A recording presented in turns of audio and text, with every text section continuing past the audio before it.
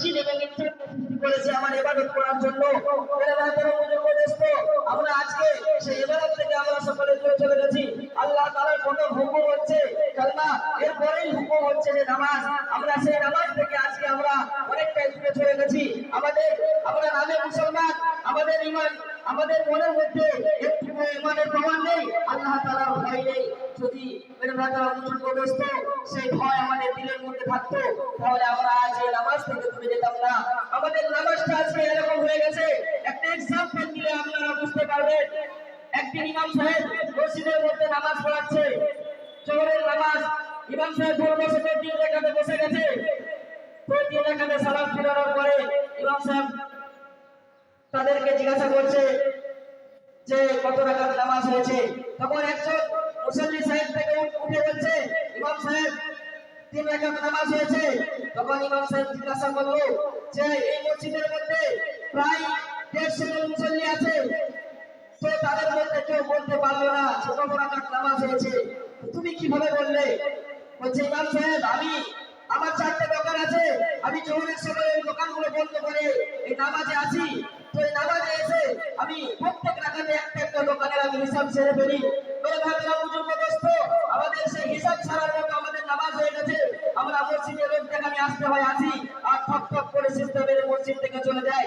বলে ভাবনা বুজুর্গ দোস্ত, আল্লাহ তাআলা আমাদের উপরে ইহসান করে, এই জন্য আমরা হয়তো আজ পর্যন্ত দুনিয়ার মধ্যে ঠিক আছে। আল্লাহ তাআলা আমাদেরকে বড় ভালোবাসেন, এই জন্য আমরা আজকে দুনিয়ার মধ্যে ঠিক আছি। নাহলে আল্লাহ তাআলা কোরআনের মধ্যে বলছেন যে আমি কি জানো না কত রহমান। আল্লাহ তাআলা সূরা রহমানের মধ্যে শুরুতে বলছেন আর রহমান, আমি যে কতটা রহমান তোমরা কি জানো না। আল্লাহ বলেন কোরআন যে আমি তোমাদেরকে কোরআনের মধ্যে একটা দৌলত দিয়েছি, খলাকাল ইনসান, যে আমি তোমাদেরকে মানুষ রূপে সৃষ্টি করেছি।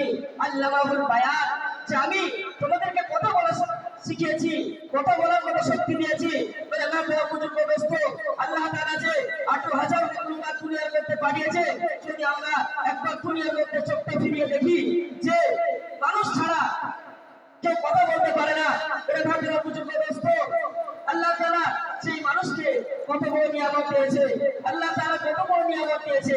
আজ আমরা সেই নিয়ামত থেকে আমরা বঞ্চিত, আল্লাহ তাআলা শুকরিয়া থেকে বঞ্চিত।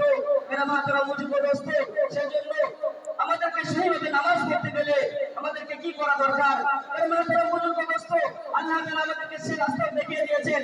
আল্লাহ তাআলা কোরআন মাজিদের মধ্যে পারা নম্বর 1 আল্লাহ তাআলা শুরুতে বলছেন আলিফ লাম মিম যালিকাল কিতাবু লা রাইবা ফীহি, যে এই কিতাবের মধ্যে কোনো সন্দেহ নেই। হুদাল মুত্তাকিন, এটা শুধুমাত্র মুত্তাকিদের জন্য পথ প্রদর্শক। আল্লাযীনা ইউমিনুনা বিল গায়ব, যারা আমাদের আয়াতকে বিশ্বাস করবে, ওয়া ইউকিমুনাস সালাহ, এবং নামাজকে কায়েম করবে, ওয়া বিম্মা রাযাকনাহুম ইউনফিকুন, এবং আমার দেওয়া ধন দৌলত থেকে আমার রাস্তায় খরচ করবে। والذين يؤمنون بما أنزل إليك وما أنزل من قبلك وبالآخرة هم يوقنون, এবং আমার যত আসমানি কিতাব আগে এসেছে তার উপরে ঈমান আনবে, আর হুজুর মুহাম্মদ সাল্লাল্লাহু আলাইহি ওয়াসাল্লামের উপরে যে কিতাব নাযিল হয়েছে তার উপরে ঈমান আনবে, এবং وبالآخرة هم يوقنون, এবং আখিরাতের প্রতি ঈমান আনবে। উলাইকা আলা হুদাম মির রাব্বিহিম, ওই সমস্ত লোকগুলোই হেদায়েতের পথে রয়েছে। উলাইকা হুমুল মুফলিহুন, এবং তারাই হচ্ছে কামিয়াব। মেরে ভাইরা বুজুর্গ দোস্ত, আল্লাহ তাআলা আমাদেরকে সেই রাস্তা দেখিয়ে দিয়েছে। এই রাস্তা আমাদেরকে কিভাবে অবলম্বন করতে হবে তাও বলে গেছে। নবী করিম সাল্লাল্লাহু আলাইহি ওয়াসাল্লাম এই নামাজের জন্য, এই দিনের জন্য যখন সকালবেলায় সুন্দর অবস্থাতে দিনের দাওয়াত দিতে যেতেন, তখন সন্ধ্যাবেলায় রক্তাক্ত হয়ে বাড়ির মধ্যে ফিরে আসতেন। সেই রাস্তার মধ্যে বাচ্চাদেরকে এড়িয়ে দিয়ে হতো যে পাগল বলে। মেরে ভাইরা বুজুর্গ দোস্ত, নবী করিম সাল্লাল্লাহু আলাইহি ওয়াসাল্লাম আমাদের জন্য কতটা কষ্ট করেছে। কিছু সাহাবী নবী করিম সাল্লাল্লাহু আলাইহি ওয়াসাল্লামের কাছে এসে জিজ্ঞাসা করলো, ইয়া রাসূলুল্লাহ, ইয়া হাবিবাল্লাহ, হুজুর আমরা আপনার মুখ থেকে শুনেছি যে কেউ যদি তার অন্তরের থেকেও আমাকে যদি বেশি না ভালোবাসে তার ঈমান পরিপূর্ণ হয় না। হুজুর সাল্লাল্লাহু আলাইহি ওয়াসাল্লাম বলছেন যে হ্যাঁ, এটা ঠিক কথা।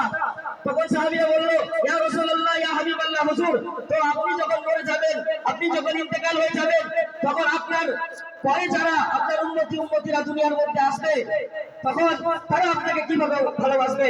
তখন নবী করিম সাল্লাল্লাহু আলাইহি ওয়াসাল্লাম সনদ জবানে বলেছিলেন, মান আহাব্বা সুন্নতি ফাকাদ আহাব্বানি ওয়া কাদ আহাব্বানি কানা মাইয়া ফিল জান্নাহ। হে আমার সাহাবারা, তোমরা শুনে রেখে দাও, জেনে রেখে দাও, মান আহাব্বা সুন্নতি, যারা আমার সুন্নতকে ভালোবাসবে, ফাকাদ আহাব্বানি, তারা আমাকে ভালোবাসবে, ফাকাদ আহাব্বানি কানা মাইয়া ফিল জান্নাহ, আর যারা আমাকে ভালোবাসবে তারা আমার সাথে জান্নাতে যাবে। জোরে বলো সুবহানাল্লাহ। মেরে মাতারা বুজুর্গ দোস্ত, নবী করিম সাল্লাল্লাহু আলাইহি ওয়াসাল্লাম আমাদেরকে সেই ভালোবাসার পদ্ধতি শিখে গেছে। মেরে মাতারা বুজুর্গ দোস্ত, যেহেতু নবী করিম সাল্লাল্লাহু আলাইহি ওয়াসাল্লাম আজ আমাদের কাছ থেকে পর্দা নিয়েছে, তাহলে আমাদেরকে কিভাবে আমাদেরকে সেই নবী করিম সাল্লাল্লাহু আলাইহি ওয়াসাল্লামের ভালোবাসাকে অর্জন করতে হবে। আল্লাহ তাআলা সেটাও বলেছেন, নবী করিম সাল্লাল্লাহু আলাইহি ওয়াসাল্লাম সেটাও বলে দিয়েছেন, আল উলামা ওয়ারাসাতুল আম্বিয়া, যে নবীর ওয়ারিস হচ্ছে আলেম ওলামারা।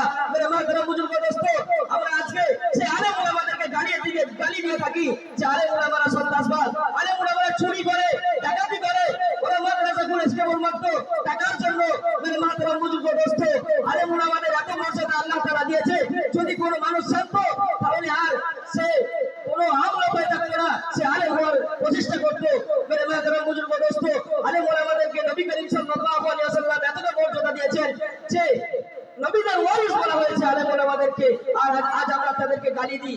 মেরে মাতারা বুজুর্গ দোস্ত, আজকে আমরা যে জায়গাতে দাঁড়িয়ে আছি, যদি আমরা একবার চিন্তা করে ভাবি যে মাদ্রাসা মাহমুদিয়া আইনুল উলুমের সামনে আমরা যে দাঁড়িয়ে আমরা যে বক্তৃতা করছি, এটা কেবলমাত্র আমাদের ওস্তাদদের কারণে, এই আলেম ওলামাদের কারণে আমরা আজকে এই স্টেজের মধ্যে উঠে আমরা কিছু বক্তৃতা করতে পারছি।